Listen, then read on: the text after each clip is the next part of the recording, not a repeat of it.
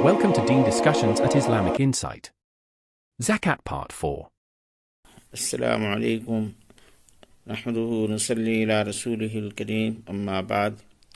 زکوٰۃ کے چوتھے درس میں ہر شریک کو خوش آمدید۔ آج ہم نصاب کے بارے میں بات کریں گے۔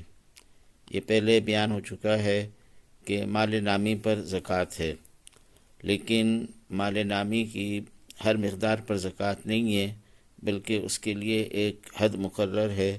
جب اس حد تک مال پہنچ جائے تو پھر زکوٰۃ کے حکم ثابت ہوتے ہیں اور اس حد کو نصاب کہا جاتا ہے۔ تو آج ہمیں نصاب کو سمجھنا ہے۔ مال جو ہے، جو نبی کریم صلی اللہ علیہ وسلم نے بیان کیا اپنے زمانے کے اعتبار سے، وہ سونا اور چاندی تھا، اس لیے کہ سونے کے دینار ہوتے تھے اور چاندی کے درہم۔ آپ نے فرمایا کہ جس شخص کے پاس 20 دینار ہوں تو اس کے اوپر زکوٰۃ ہے، یا جس کے پاس 200 درہم ہوں تو اس کے اوپر زکوٰۃ ہے۔ تو 20 دینار یہ نصاب ہو گیا سونے کا، اور 200 درہم یہ نصاب ہو گیا چاندی کا۔ تو 20 درہم 20 دینار، اس کا وزن کتنا ہے؟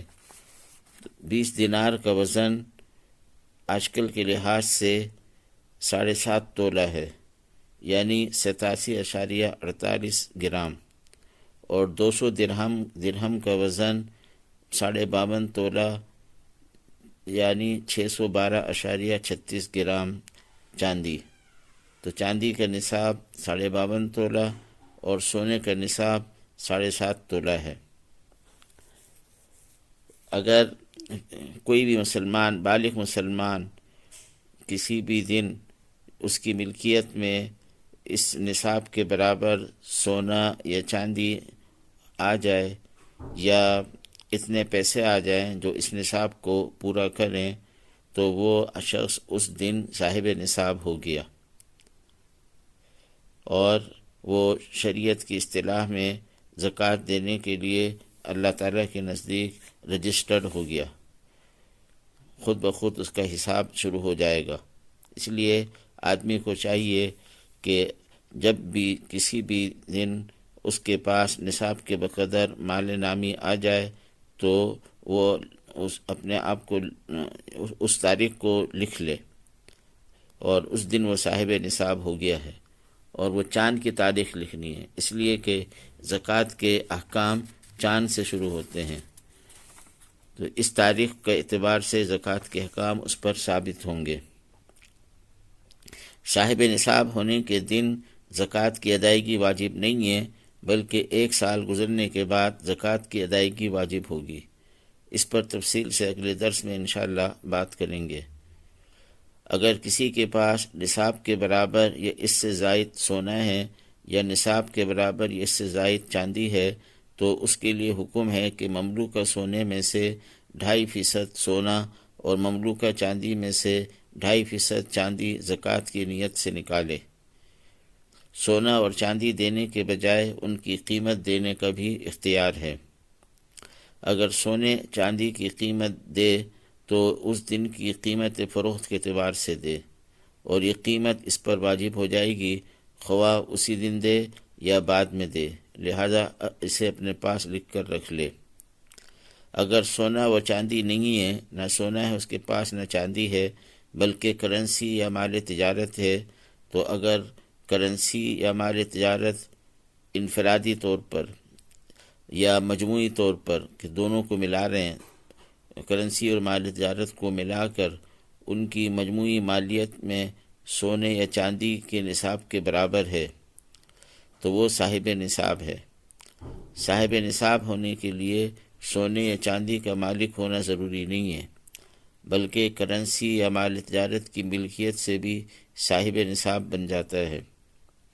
آج کل 52.5 تولہ چاندی کا معیار رائج ہے، اس لیے کہ یہ سونے کے نصاب سے مالیت میں کم ہے، اور یہ اصول ہے کہ جس نصاب کی مالیت کم ہو اسی کو لیا جائے گا، اور زکوٰۃ کے احکام ثابت ہوں گے۔ اگر کسی کے پاس کرنسی یا مال تجارت یا دونوں کے ساتھ کچھ مقدار میں سونا بھی ہے، یعنی سونا یا چاندی نصاب سے کم ہے تو اب کیا حکم ہے؟ یہ بہت اہم مسئلہ ہے۔ اس سلسلے میں فقہا رحمہ اللہ نے لکھا ہے کہ اگر کسی کے پاس کچھ مقدار میں سونے کے ساتھ کرنسی یعنی روپے ہیں یا مال تجارت ہے، یا سونا کرنسی اور مال تجارت ہے، تو سونے اور مال تجارت کی قیمت فروخت اور کرنسی کو ملائیں گے۔ اگر ان کی مجموعی مالیت سونے یا چاندی کے نصاب کے برابر ہو گئی تو آدمی صاحب نصاب ہو گیا اور اس کے اوپر زکوٰۃ کے احکام ثابت ہوں گے۔ مثلا کسی کے پاس 1 تولہ سونا ہے، یہ نصاب سے کم ہے اور اس کی قیمت تقریباً 2,30,000 روپے ہے، تو اس کے پاس 1,000 روپے بھی ہیں یا اتنی مالیت کا مال تجارت ہے، تو ان سب کا مجموعہ 2,31,000 ہوا، اور آج کل چاندی کا نصاب تقریباً 1,42,000 روپے ہے، لہذا یہ شخص صاحب نصاب ہو گیا۔